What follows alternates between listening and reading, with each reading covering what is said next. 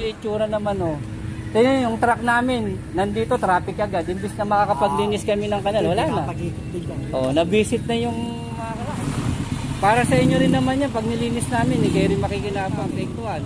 Tulungan nyo na kami. Oh, kasi yung igugugol namin sa clearing, may ilalagay pa namin dito sa paglilinis ng kanal. Sayang naman yung oras.